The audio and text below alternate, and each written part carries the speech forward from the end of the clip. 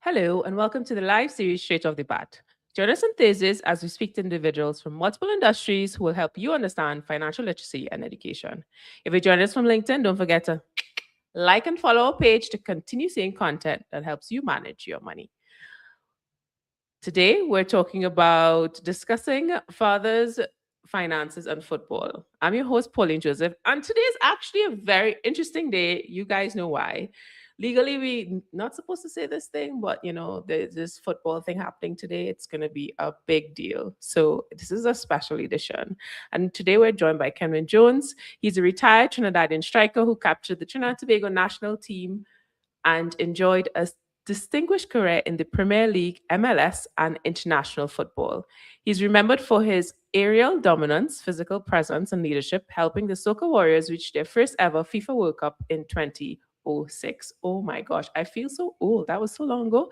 Anyway, let's welcome our guest, Kenwyne. Kenwyne, how are you today? I'm good. I'm good. Thanks for the so grandeur welcome. And yes, it was 20 years ago. Well, just up on That's 20 years. just Yeah. Oh my gosh, I still remember getting that day off to go watch it. And it just feels like yesterday. I really do feel like my grandmother saying that. How was that? Like how I mean, I'm gonna just go off script for a minute. How was that feeling to, get to World Cup? Do you Um, remember what that feeling was like? well, I think at the point I took it for granted. And when I say I took it for granted, it's because I was 21 years old. And yes, caught up in the euphoria of the moment. Obviously qualifying for the World Cup, first time in history, yada yada yada. You know how that goes. I think only now, 20 years later, I'm really getting to soak in what it meant for the country and for myself and for my family.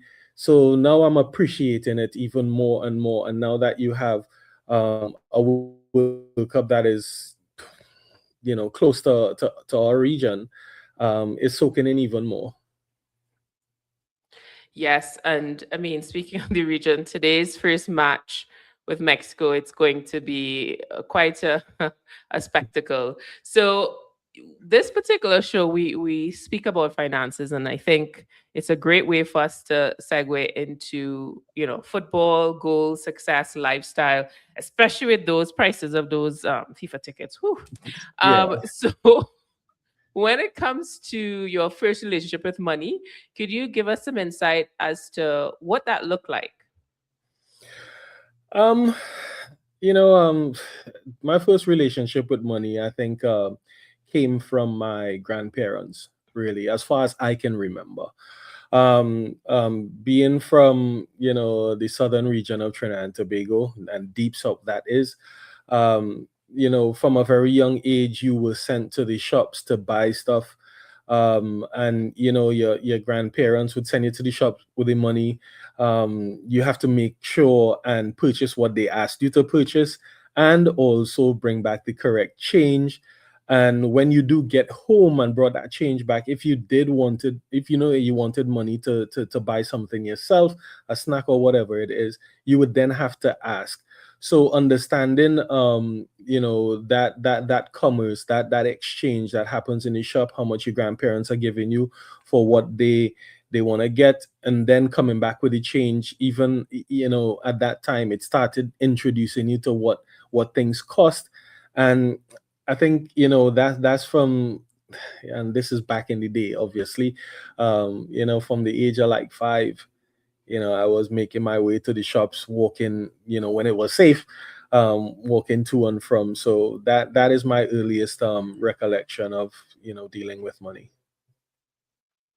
So this conversation is around fathers and finances, and it is Father's Day coming up. So we want to find out from you, how many children do you have?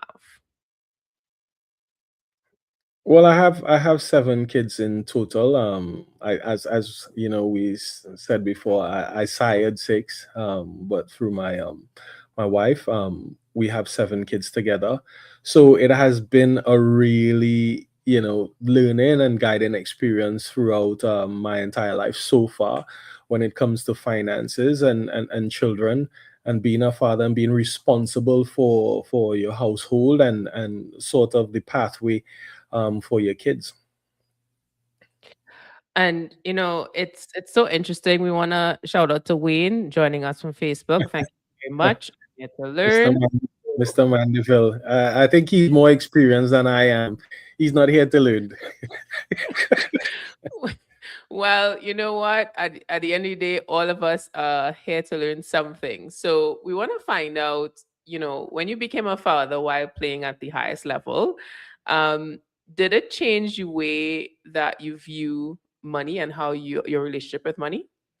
Well, I had my first kid, pretty early, just out of school.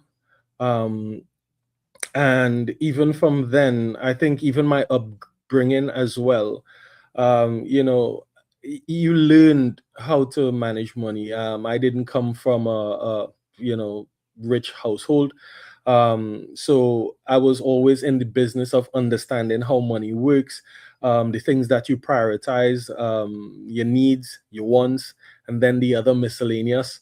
So when I had my first kid, I would say 95% of what I earned used to go towards the kid at the time, whether it's taking care of the necessities, the doctor visits, so it's I had a pretty good understanding at the beginning point of what I needed to do, but as things progress, you started to expand and started to go into the things like savings and investments and that type of stuff. So it was a learning experience for me at the very beginning. Okay. So we are talking about, fatherhood and finances, and we must talk about the cultural differences because you've had the opportunity to live abroad. And I imagine when you moved, there were some culture shocks within managing your money. What did that look like? Oh well, boy, were there culture shocks. Being from Trinidad and Tobago, we're accustomed to things being ran in a certain way. You're obviously across the world, you have your things like mortgages, your rent, your water bills. We don't have gas bills because we use gas tanks and that type of stuff. Electricity, um, and all of that. But when I moved to England when I was 18, I would say 18 and a half, going on 19 years old. Um, and I was placed in an apartment on my own. And thankfully, for the way that I grew up, I understood how to, manage my living situation. But the thing that stuck out to me the most was, as a newbie, I went into my new apartment, got everything that I needed. I knew I would have had to pay my gas bills and my water bills and that type of stuff. So getting in tune with that was pretty easy, once you were pointed to the right systems and companies and that. But the thing that surprised me the most was the day that I had to pay for a TV license. Now, the thing is that I plugged in my TV, I got my internet or broadband subscription, and I plugged in my TV thinking, well, I'm at home, this is my comfort, and I'm gonna relax. And about 2 days after I plugged in that TV, I got a notice through my door, saying that I have to pay for this license or else I could be fined by the council if I don't do it. And I was really, really surprised because I've never known in life that you have to pay for a license to watch TV. It was absolutely ridiculous to me. And being back in Trinidad, it still is ridiculous to me. But that was the biggest surprise, I think, in my early days of migrating that, kind of took me some time to get used to. You're giving me some flashbacks because my first week in England, I was in my 20s and I didn't tap out on YouTube. I didn't know I had to tap out. Oh, And I oh, was charged, I think it was 20 quid at the time. And that to me was almost like $1,000 because every single cent counted. And it it was did. like, what? What did I do wrong? Yeah, but you learn pretty quickly though. When you have these instances, and I don't think that for any young person, being able to be on their own or moving out on their own and really acting as an adult, being in control of your life basically, actually know how these things work. I think it's for everyone is that learn as you go experience. I mean, along the way you do get, you might run into people and seek advice and that type of stuff, but I want to believe it is the same for everyone when you're pretending to be an adult at that time. Yes, I feel like sometimes I still am pretending. So when it comes to this football life, people have a grandeur, sense of, okay, you're on TV, so big money. Mhm. So do you remember the first major purchase that you made with your football earnings? um I do. I do. Everyone thinks it's grandeur, but they, just like anything else in the world, in any sector in society, they are building stages. So when I was able to have enough money, and when I say have enough money, we're talking about being able to qualify for loans of different magnitudes. My first purchase was a house. Obviously I had my son, and it was important for me to go down that line of being responsible and being an adult, but also going through the course because I'm living in a different country. I didn't want to go through the process of being at a rental for the rest of my life, because that is what you're told, that's what you're shown, from young growing up. You go out, you try to purchase a house, and then you go through that stage of having a mortgage and that type of thing. But that was the first um purchase that I had. Wow, sounds very diligent and smart. So clearly, those trips to the shop with your grandmother was very important for you in your financial education. So when we talk about football, especially in the athlete space, there's a finite time in which you can Mhm, actually be at the top of your game. mhm. So it's quite unpredictable. You never know with injuries and transfers, performance pressures. Like, at what point did you realize, you know what, I need to stack this away for my retirement? Did that even start? Was that something that start at the beginning, or later on you're like, okay, I see a gray hair, this needs to retirement needs to be a conversation I have to have? Well, if I think for myself, you know, going into to the sport, or to the career that is, you have a finite time. And then knowing myself personally is not something I would have been willing to drag out forever and ever. I mean, I was involved in sports all my life, and more so at the professional level that I did. I was out there pretty early, from 18 years old, really.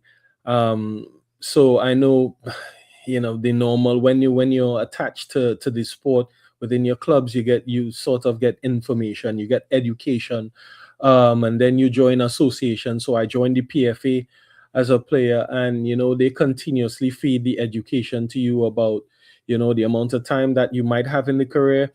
Um, touch wood, as they say, and the things that you might want to try to look at for not only your security after you retire, but even while you're playing.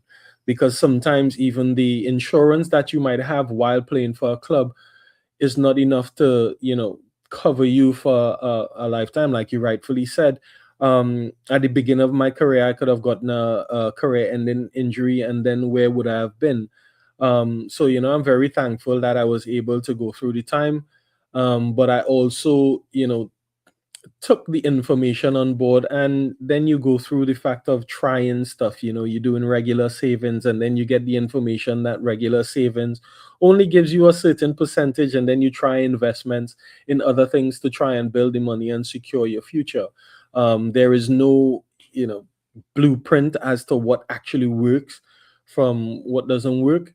Sometimes you get burned, sometimes you have to learn along the way, but it was all part of the journey. That's such great advice. So, we're gonna have a conversation around social media, Oh, and wow. a certain individual known as iShow Speed, as my friend calls it, is house speed because it's so far removed from the young people, and Yeah. as a father having to navigate that. But we're gonna talk about that right after the break. We'll be right back.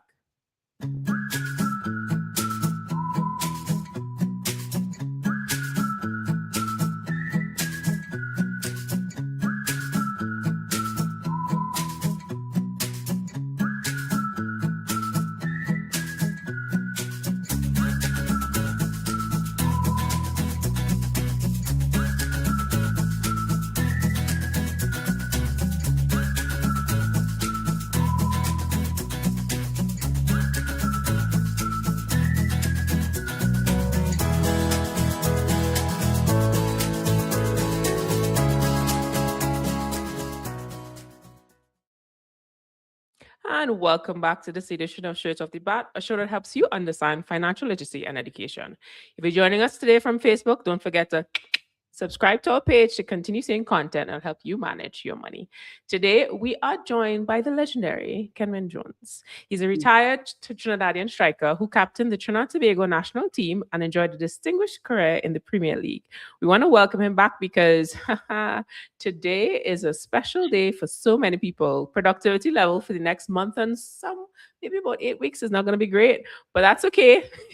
We're here to talk about fathers, finances, and football. So just before the break, we were discussing, financial decisions as an individual. So we're going to shift a little bit more to financial decisions as a father. So, needless to say, back in the day and now is two different things. I hate to sound like my parents, but things cost different. But not just that, social media can create pressure to look a certain way and live a certain lifestyle. So, as someone who has fathered 7 children, how is it important for you to navigate that social media space?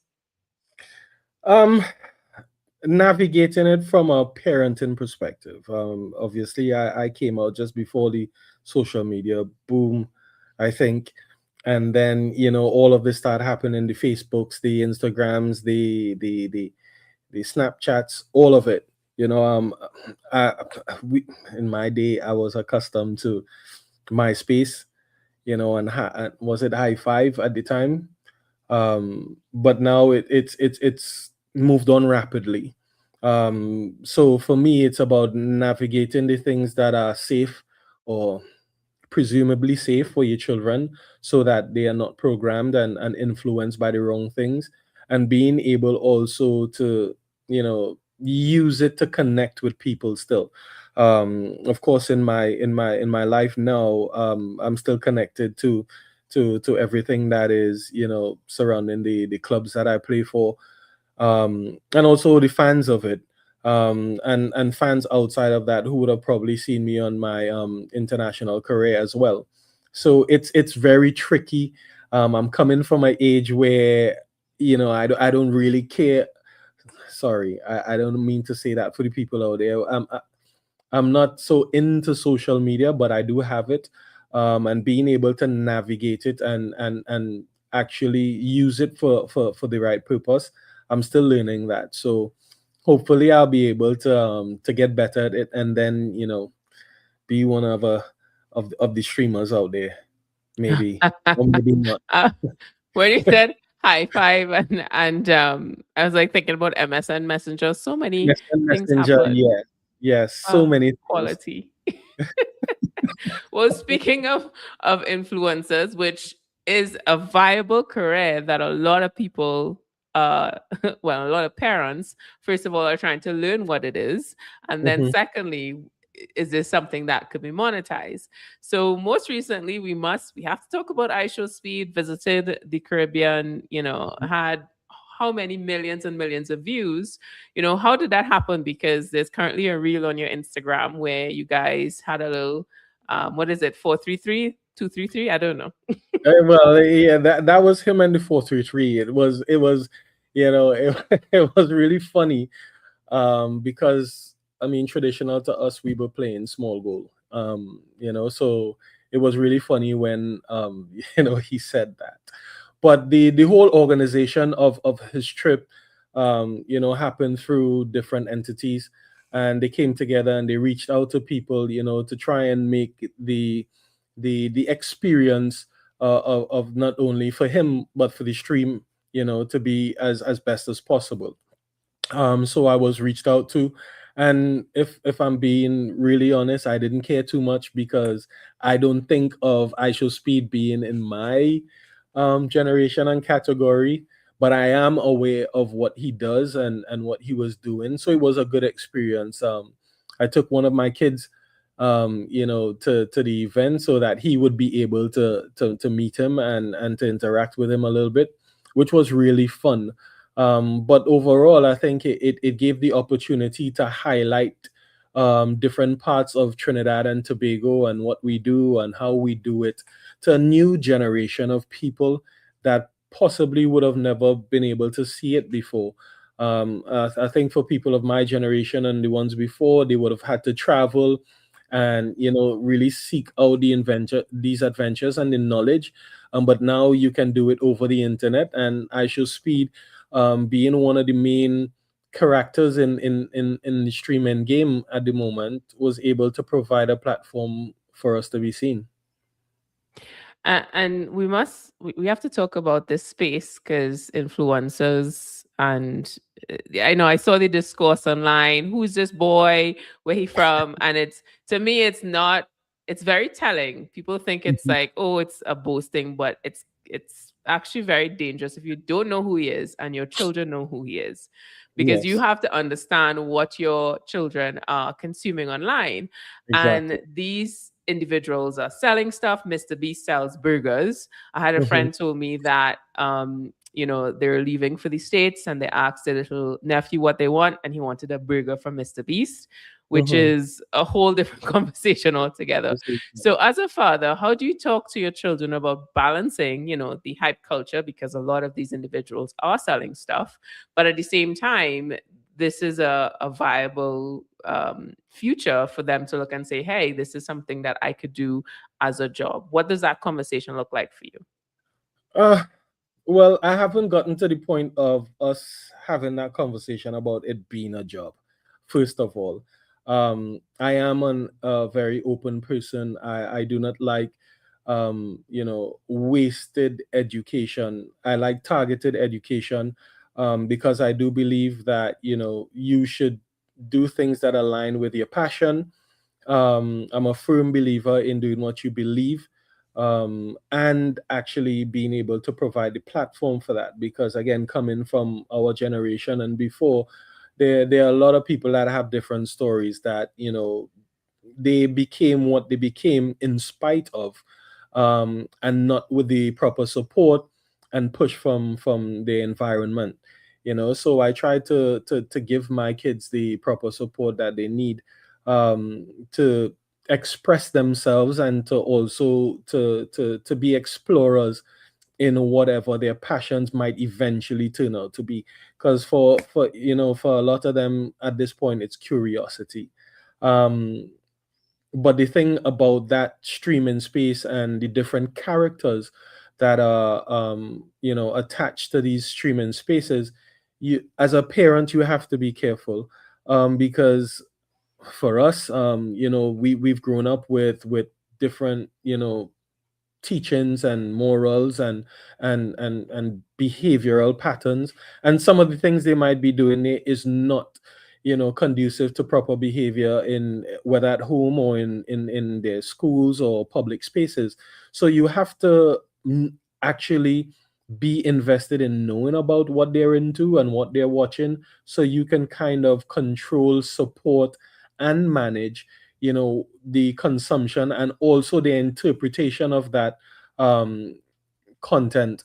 Because I mean, just a couple of days ago, I was having a conversation with my daughter. She went to her friend's mom's sort of renewal of her vows, and kids around their age, she's 10, and kids around their age, they were watching some particular content on YouTube, and it was a bit distasteful. So we started having a conversation about the person, how they acted, um why it was good, why it wasn't good, the sensitivity around the subject. Because my final thing was, the more that you ingest certain types of content, especially when you're young, it sort of programs your character and the way you behave, the way you perceive things. And it was really important for me to have that conversation with her, and to be able to get a gauge on where her mindset is, where her motivation is, and how she perceives behaviors and things in society. So it was a really good conversation, and I'm happy that we were able to have it, and I have a good gauge as where she's at, and what she's about at this present time.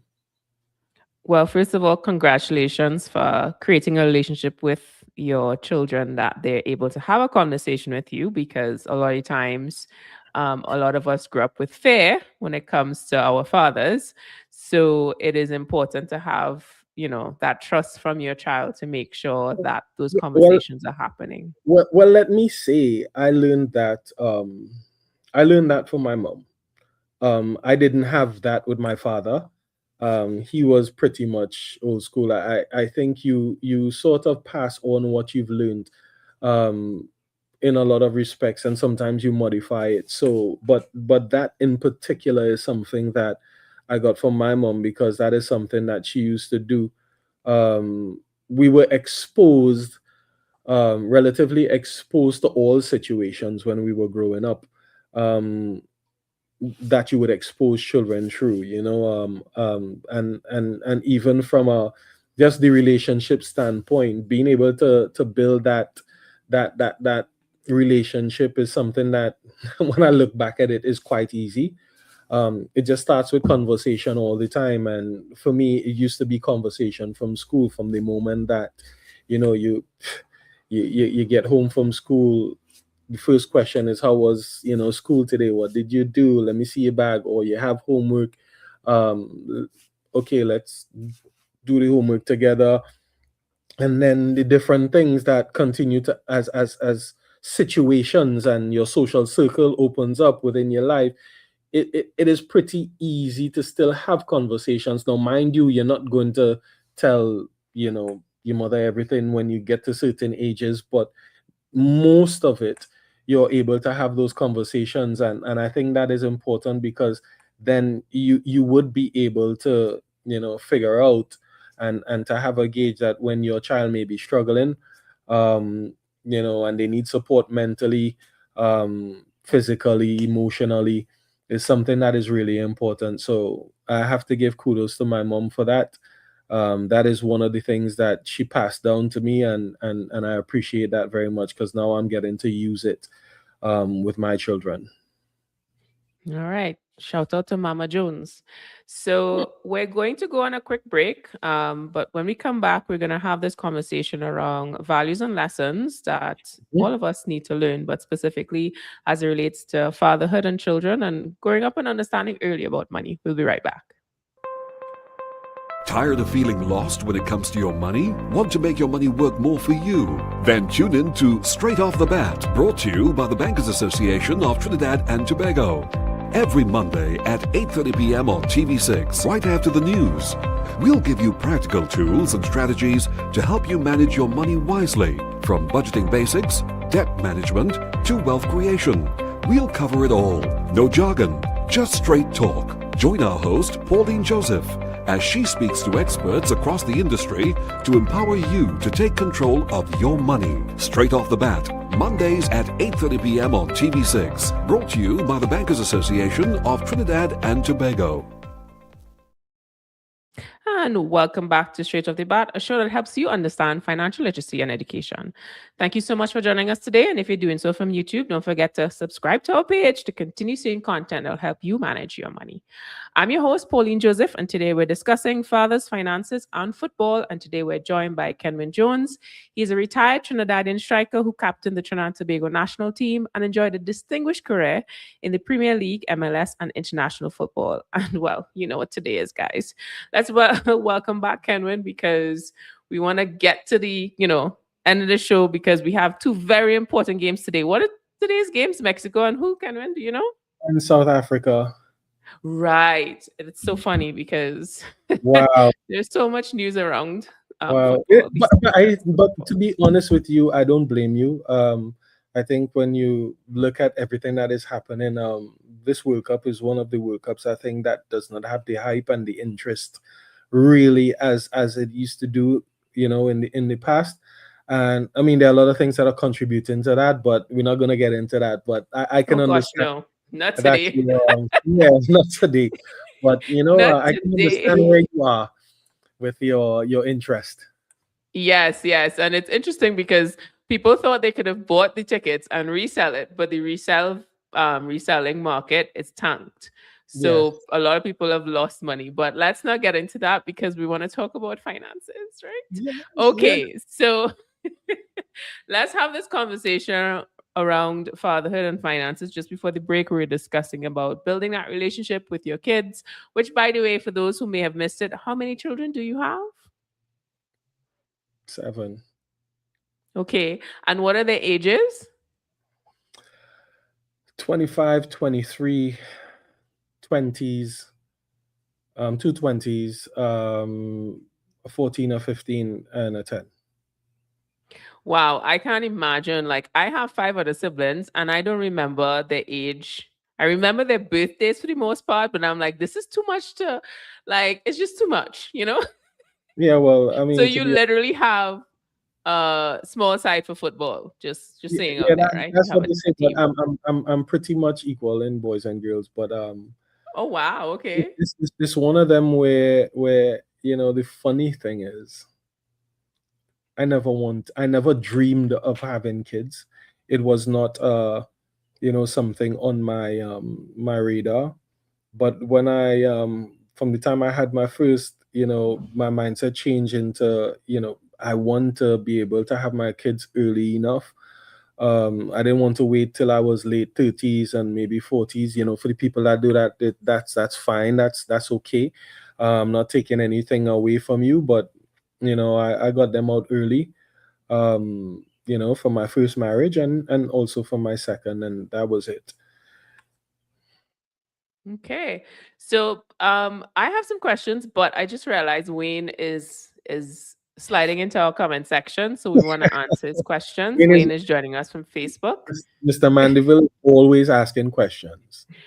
Well, I mean, that's the best way to learn. So Wayne wants to know, what are your baselines for investing from a perspective of sustainable revenues, and what scope and areas motivate you in this space?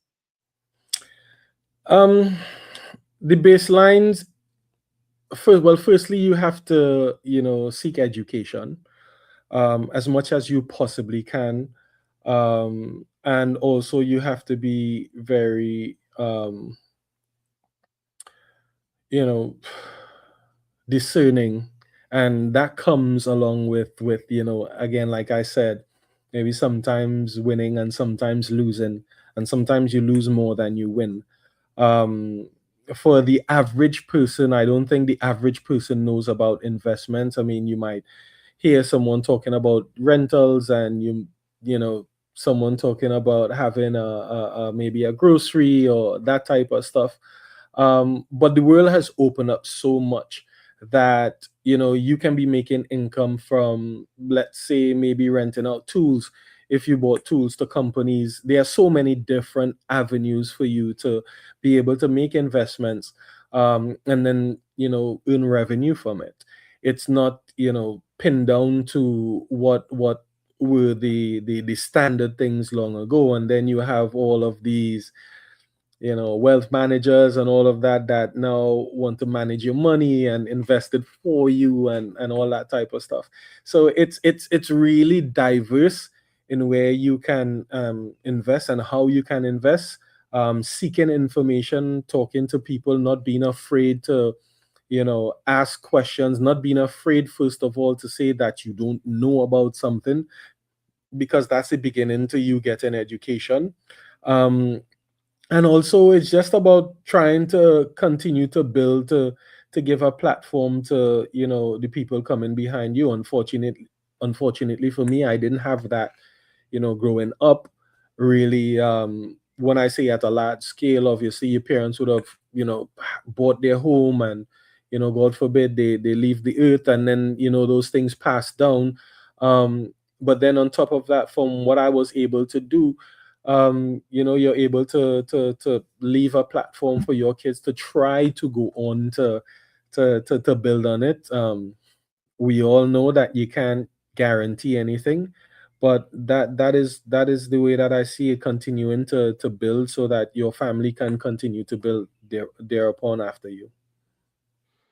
So let's have this conversation because you spoke about education. And I think in this context with sports, there is a level of discipline that most people don't understand unless you're an athlete. People think that you just want to wake up at 4 a.m. every day, but in reality, it creates a sense of discipline. So do Mhm. you think that that same discipline applies with you and how you manage money? Not necessarily. Not necessarily. I think you can apply some sort of discipline to it, but like I said, it depends on your mindset and how you see things. Some people might be very safe, and well, yeah, I'm gonna put this money away here to just sit, and I'll have that when I retire. And some people take risks. But what is most important is the education of the things that you're doing.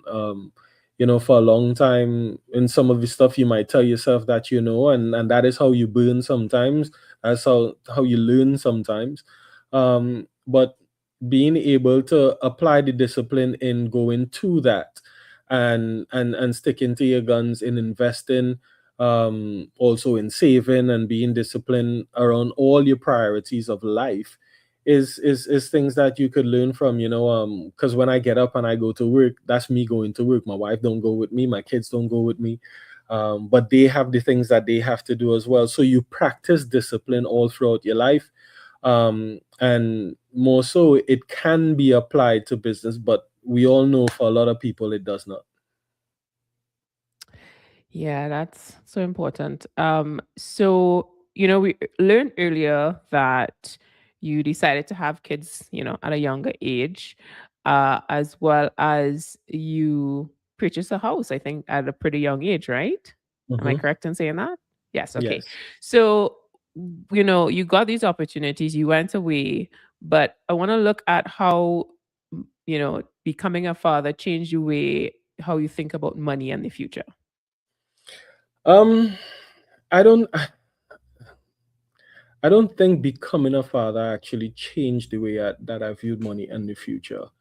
I think becoming a father added more to the understanding that you have to think about the future. Um, Maybe it's not necessarily to leave a fortune for your kids when you die, but it's also being able to make enough money and to have enough resources to be able to give them that platform to succeed, that launching pad. It adds up in different ways for people. So like for me, it gave me a bigger drive. I would say an even deeper sense of responsibility, because I'm not only caring for myself, I'm caring for my children as well. So it more than anything else, it kind of dialed in my focus, more than it was before. Because I mean, overall, the main focus for me was to be able to explore my talent, because I was involved in a lot of sports from young, and it's only like when I got to maybe 14, that I actually had to make a choice in terms of which sport I would give all of my energies to, because you could be the master of none when you're doing everything. So I made that choice, and then from there things moved pretty quickly for me. So maybe from 14 to 17, I made the all the national youth teams, and then I made my debut for the senior men's national team in 2003 when I was 17. And things basically just skyrocketed from there. Went on to being a professional in Trinidad for 1 year, and then I left at 18 and a half years old, and went on to have the career that I did. So the focus was my main goal was to explore my talent and my dream, um, through sport. I just want to say I had the opportunity for education to go to university, many universities, and I turned them down just because I wanted to explore the belief and the dream that I had. Well, congratulations on taking that leap because I know that Thank you. was not easy. We want to head over to the comment section because Marcus Balancing has a very interesting question that has layers. So let's start. Oh Do wow. you see trying to achieve success as a professional footballer coming out of Trinidad still viable for youths today? What route would you take, North America or Europe? And is there any sustainable financial advisory available for a student athlete who grows into a professional player? Wow, Marcus, you must be a dad. That seems like a very specific question. So, Kenwin, Well, what's your advice? it is. It is. Well, firstly, again, like I said, me personally, as an individual, I try to get my children to express themselves and to go forward into whatever they want to do. Um, I have some guidelines for it. Whatever you set out to do, you have to see it through. See it till its end. It doesn't mean that end is going to mean that you're going to be a professional at the end, but to exhaust the opportunity to see if you're going to get there. Um, Coming out of Trinidad and Tobago, for us, the way how things have changed in the world through immigration status and all of that, and work permit status, it is very difficult for us to go through, especially the UK route. The European route can be viable, seeing that they are not as stringent as the UK. Um, and also North America, traditionally for us, we've done in the North America thing. We from since I was in school, playing the sport and various sports, that is. We have the scouts coming from the universities abroad and looking for talent and trying to give kids opportunities to also have an education as well. And I am going to highlight the fact that education is important. And if you do have the opportunity to have that education and play the sport or whichever sport you're playing, that is fine. You have to explore that, because at that point you're no longer growing a child. They start developing their sort of blueprint for their pathway and success to life. And you just have to be there to guide. And the thing is, sustainable financial advisory available for student athlete. Um, it's difficult. It's difficult because you can have all the education at your fingertips, but that individual are going to explore the things that they think is going to be beneficial for them. So whatever tools that you would have given them from a young age leading up to that point, coming out of university and then going into the professional player space, they might be making more money than they would have had at university. um, but the support in the education of life, not university education, which is totally different. The education of life and how things actually work in the real world, I think is really important for children. Too many parents, I think, try and hide the reality because you don't want the kids to feel that burden, or to know what you're going through, to be able to provide certain things for them. But I think it's important, really and truthfully, to have that conversation. Because sorry, I was having that conversation with my son a couple days ago as well.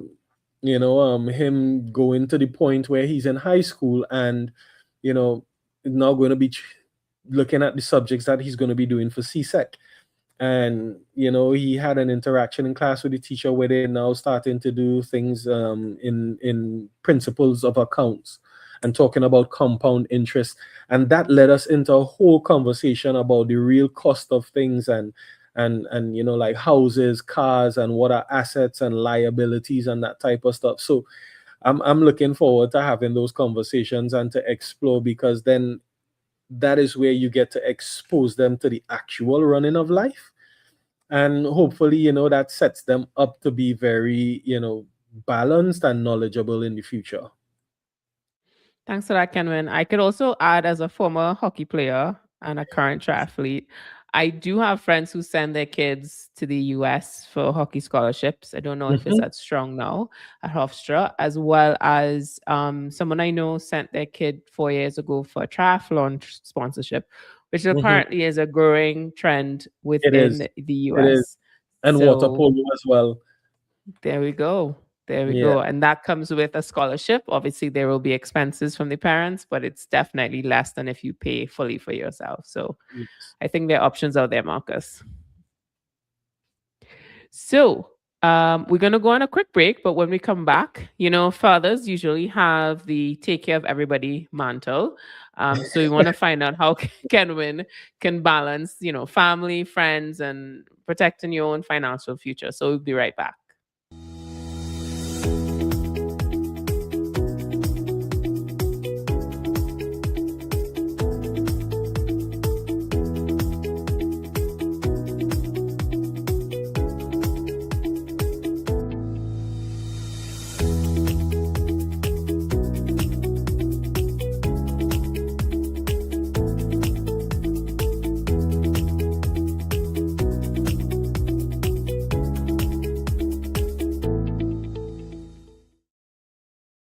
And welcome back to Straight Off the Bat, a show that helps you understand financial literacy and education. Thank you so much for joining us today. And if you're doing so from LinkedIn, don't forget to subscribe to our page to continue seeing content that'll help you manage your money. I'm your host, Pauline Joseph, and today we're discussing fathers, finances, and football. And we are a few hours away from the very first game for World Cup. So we're joined by Kenwyne Jones. I mean, you know who he is. Let's bring him in. So, he's a Trinidadian striker, or was retired, but also a father. So we want to have this conversation because I think it's extremely important when it comes to fathers and how we see them in the household, how we see them in Hollywood on television. Oh, There's wow. this idea that fathers take care of everything. So give us some insight on how do you balance helping your family and friends while making sure you're protecting your financial future. For me, again, it depends on personality. Uh, and you're correct. Yes, fathers help everybody. In the family, you're everything. You're the doctor, you're the lawyer, you're the driver, you're everything. But again, it's how you look forward to that responsibility, knowing that it is a responsibility. To be able to not only secure your status of your family at the current space, but also for the future, the things that you impart, the things that you try to give to them on a daily basis. um Again, being a sportsman in the space that I am, and having friends, you would have gone through trying to help a lot of people. But again, also that in itself, you get the education from that, and what it means and what it takes away from not only your present position, but also from your future. But those are things like any human being you learn along the way. But for me right now, it's all about giving my family the security and the benefit of me being here, and being able to give them the platforms for them to go on and succeed.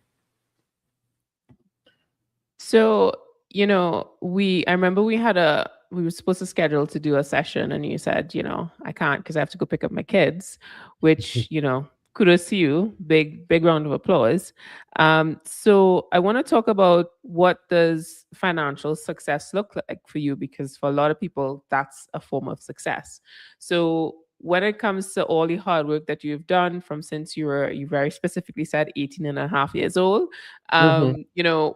what does your financial success look like in terms of freedom, peace of mind, ownership? What does that look like for you as Kenwyne, as well as a father?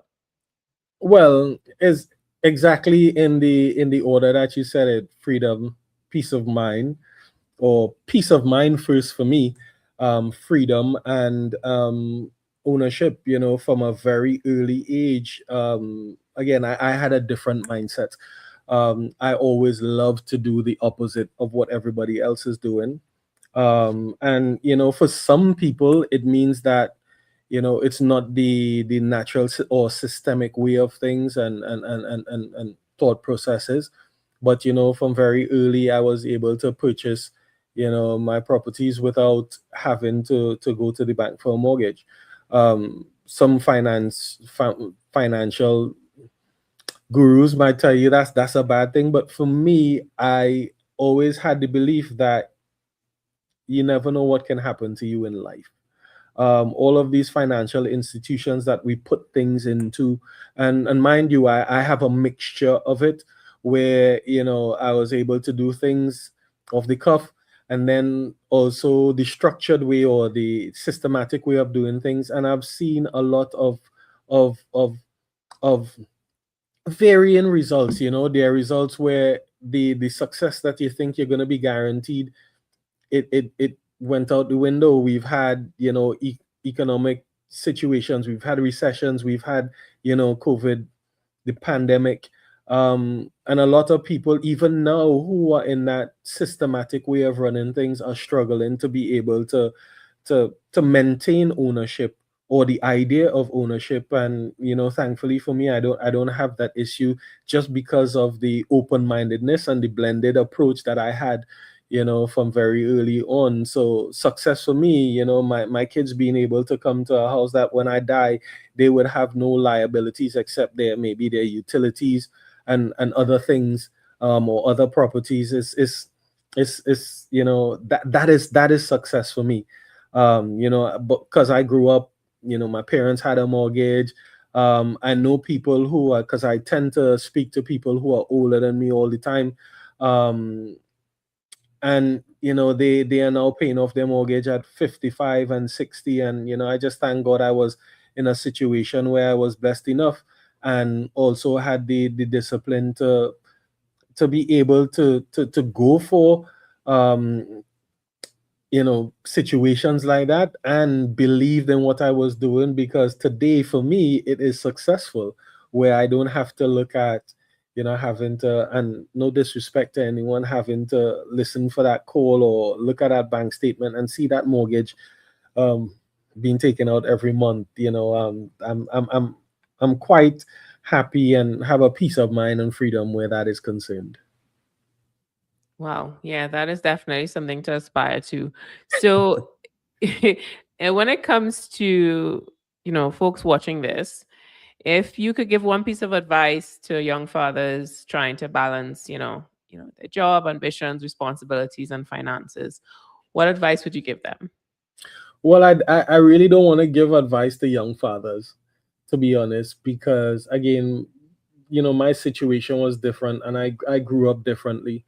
Um, because you have to understand that having kids that early can derail some people. It doesn't necessarily have to galvanize you and make you become more disciplined, um, and more focused to what you're doing. Some people fall under the pressure, because we know all situations are not, 1 + 1 = 2. Um, but in all honesty, you have to be very focused. You have to be very truthful to what is now your responsibility, and do that with the most honesty and passion, and and love that you possibly can, because I think that that opens you up to being able to seek out smart decisions. um because it it gives you the understanding that it depends on more, or more is dependent on you. When you're looking after yourself only, you can wake up how you feel like, go to bed when you feel like, make a purchase when you feel like, and not understand how it impacts, or where is going to hurt. But when you have children, you operate differently. I mean, you're still gonna live and try stuff, because obviously you're trying to achieve success somehow, but you just have a different outlook on the responsibility, and it helps you to make guided discovery. All right, so we have one last question. Earlier on, we were discussing you having a conversation with your 10-year-old about some content that she saw Mhm. on YouTube. So I want you to give just one quick, I don't know if to call it advice, but insight into how to start a conversation about money with your children, because a lot of parents, and I've experienced it, where I had questions and I was shut down. And parents feel intimidated, especially when it comes to struggling and not being able to navigate themselves. So just give us one insight as to how do you think one should start that conversation with your children. Well, in my instance, it is pretty easy. um because the way I was grown, like I said, my grandmother started the train with giving you the money to go to the shop, and you have that type of exchange happening there. But even growing up with my parents, I would see the struggle of not having food as lavishly as you want, or presents as lavishly as you want, understanding that your dad works, mom is a homemaker. The things that you might want to do, want to have, you're not able to, and you have to prioritize when it comes to clothes and your books and toys and that type of stuff. So from pretty early, like I said, we don't expose our children um, enough, and I don't mean just in a raw sense, but obviously making them understand what and how things are made possible or not made possible, what you are looking at, the things that you have to do, the things that you have to prioritize, the way that you save, the way that you look forward to purchases, the way that you look forward to your responsibilities in terms of your bills for the household, what you do, what you don't do. And then your responsibilities to them, having that exchange and talking about it. And as simple as, like I said, going to the grocery, there are some people that when they're in a comfortable position in life, they would tend to open up the doors and just do anything and give anything when it comes to their family. But I think where kids are concerned, you want to be able to take them to the grocery store, or you want this, you want that, even on the pocket money that you'll be giving them to go to school. Like, and I'll give you one instance. This last couple of weeks, um I've now have my children, paying for their own chargers. Because before, they would have, I am the type of person, I purchase what you need, and I purchase your backup. So I would buy their chargers and have a backup, because I know, the attitude of, oh, they will treat the charger anyhow. They wouldn't put it into charge properly. They would take it out, without care. They would be in all different types of positions with their devices that, would end the charger's life prematurely. And we've got to the point where, I ran a little project where, both of their chargers um, had gotten destroyed, and there was only one charger in the household. So whose phone, whose iPad, they had to be sharing it, and it was an old slow charging stuff. So you couldn't be as callous with how you use the device, and when you get in charge, you have to clock your time for it. And then I just said, you know what? Now it's time for you all to purchase your own charger, so that you would understand the actual money, the value of money, because the money that you were saving to go buy snacks in the shop or something that you see out, or maybe a coffee at Starbucks or whatever it is, now you can take $40, you can take $50, and I'll take you to the store and you take that money and buy your charger. And it's working really well, because now the amount of care that goes into keeping that charger safe and not using and not even lend it to someone else is amazing, and I'm loving it. And I can't imagine the importance of those chargers when it comes to access to the things that we want the most, which is our phones. Yes. So sounds like a great lesson learned. So on that note, thank you so much, Kenwyne Jones, for joining us today and sharing insight into fathers, finances, and football. Don't forget to sign up to be notified from our next live show via the link in the comments. As always, be sure to follow our pages across social media so you don't miss a single live show. Thanks again for joining us today, and looking forward to seeing you at the next show. Bye.